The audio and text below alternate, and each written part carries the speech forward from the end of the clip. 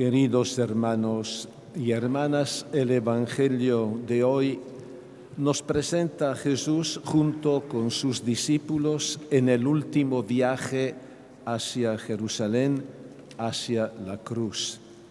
Debiendo cruzar el territorio de Samaria, cuyos habitantes eran despreciados de parte de los judíos porque considerados cismáticos, Jesús envía por delante algunos mensajeros para que lo reciban. Esa gente, al enterarse de que Jesús va a Jerusalén, no lo acepta. Jesús así es el excluido de los excluidos, rehusado por los judíos y por esa gente marginada y excluida. Ante este rechazo, los dos hermanos y discípulos, Santiago y Juan, piden a Jesús la autorización para castigar a ese pueblo, hacer caer el fuego del cielo sobre ellos, pero Él los amonesta y se marcha hacia otro pueblo. Este gesto es la imagen de la libertad. Jesús, al defender a los que no lo acogen y que no piensan como Él, está defendiendo al ser humano en cuanto persona, no se fija en sus creencias y su modo de ser.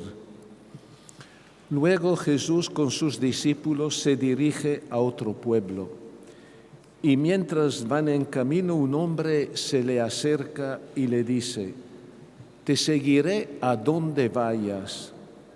Este hombre no identificado representa a todos aquellos que quieren ser discípulos de Jesús y dispuestos a convertirse, a cambiar de vida.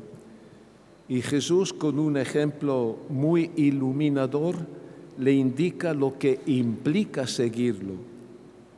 Los zorros tienen su cueva y las aves del cielo sus nidos, pero el Hijo del Hombre no tiene dónde reclinar la cabeza. El Hijo del Hombre es el mismo. Para ser discípulos de Jesús hay que liberarse de toda seguridad humana, tener a Jesús como único tesoro y ponerse en las manos providentes de Dios, porque la vida depende solo de Él. Jesús nos ha dado ejemplo de ese desprendimiento. Siendo rico, se ha hecho pobre por nosotros, entregándose totalmente a nosotros para que fuéramos ricos de la verdadera riqueza, de la vida de Dios. Jesús nos ama y pide ser amado por lo que es estrechar una relación de amor de persona a persona, no por su poder o por lo que puede dar. Después Jesús toma Él la iniciativa invitando a otro: sígueme. La llamada pertenece al Señor, una llamada libre y por amor. A nosotros la respuesta. Ese otro hombre da muestras de buena voluntad, pero pide más tiempo para hacer antes lo que le interesa. Permíteme que vaya primero a enterrar a mi padre. La respuesta de Jesús es clara. El anuncio del reino de Dios está por encima de todo afecto humano, porque toda realidad humana, por grande que sea, procede del amor de Dios y no se puede poner delante de Él como un absoluto. Si se pone algo antes que el Señor, Él ya no es el Señor. Un tercer hombre dice a Jesús: «Te seguiré, Señor, pero permíteme que vaya antes a despedirme de los de mi casa». Este hombre se propone a Jesús, pero él mismo se pone su prioridad: tomarse un tiempo para despedirse de los de su casa. Sus palabras muestran su indecisión. Le cuesta romper sus raíces y relaciones. Por eso habla del futuro: te seguiré. Jesús le contesta que no hay tiempo que perder. que es urgente labrar el gran campo del mundo para sembrar la semilla del Evangelio y no mirar atrás. En estos 3 encuentros Jesús define las condiciones claras para seguirlo, para ser sus discípulos. Desprenderse del apego a sí mismo y a su propia voluntad para cumplir la voluntad de Dios. Dar al reino de Dios la prioridad absoluta sobre todas las demás preferencias, incluidos los lazos familiares, si fueran un obstáculo.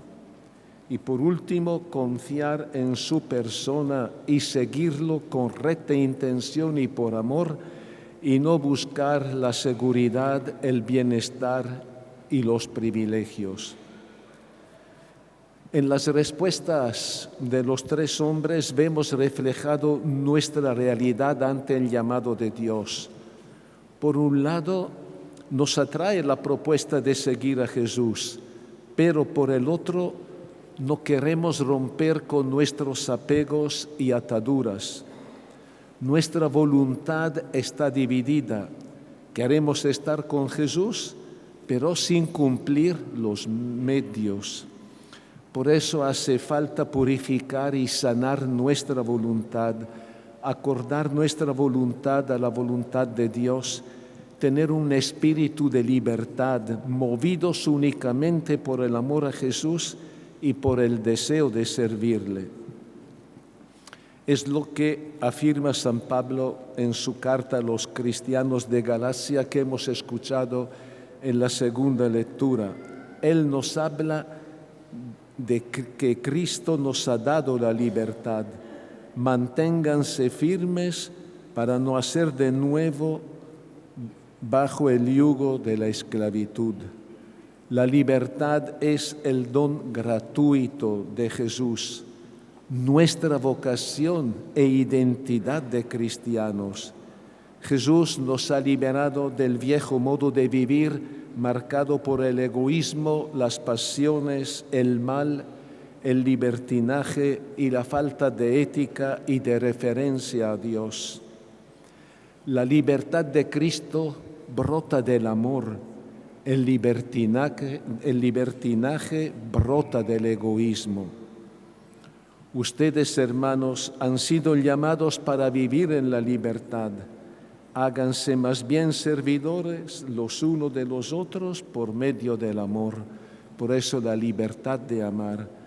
La libertad de Cristo nos da la fortaleza para romper entonces con la esclavitud del egoísmo y para desafiar y resistir a todo lo que amenaza la libertad, tanto en el ámbito personal como social, cultural y político.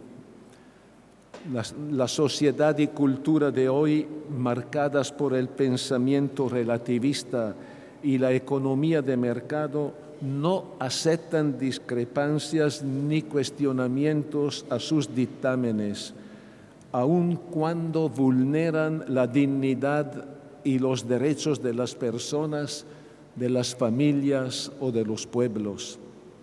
A los que disienten del pensamiento único y defienden pública y pacíficamente sus convicciones personales, su visión de la vida y del mundo, se los tacha de intolerantes, de fomentar el odio y se los amenaza hasta con sanciones.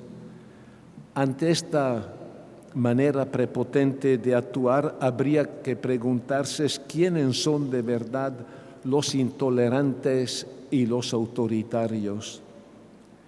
En nombre de la libertad cristiana no hay que tener miedo en denunciar este sistema egoísta y cruel que mantiene a tantos hermanos y hermanas sumidos en la miseria.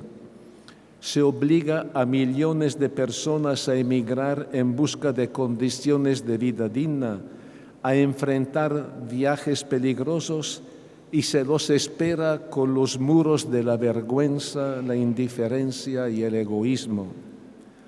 Son de esta semana las imágenes desgarradoras de ese joven padre de 23 años que cruzando el río Bravo entre México y Estados Unidos se ha ahogado abrazado de su hijito. Este drama es solo la punta del iceberg de miles y miles de víctimas inocentes de este sistema inhumano, de la complicidad de gobiernos de países que se dicen civilizados y de la inercia de organismos internacionales instituidos para defender la vida y los derechos humanos. Ante tanta degradación, la libertad se eleva como el signo luminoso de la novedad cristiana. Esto tiene que ser la característica del cristiano, la libertad, no sujeta a dependencias ni opacada por la maldad.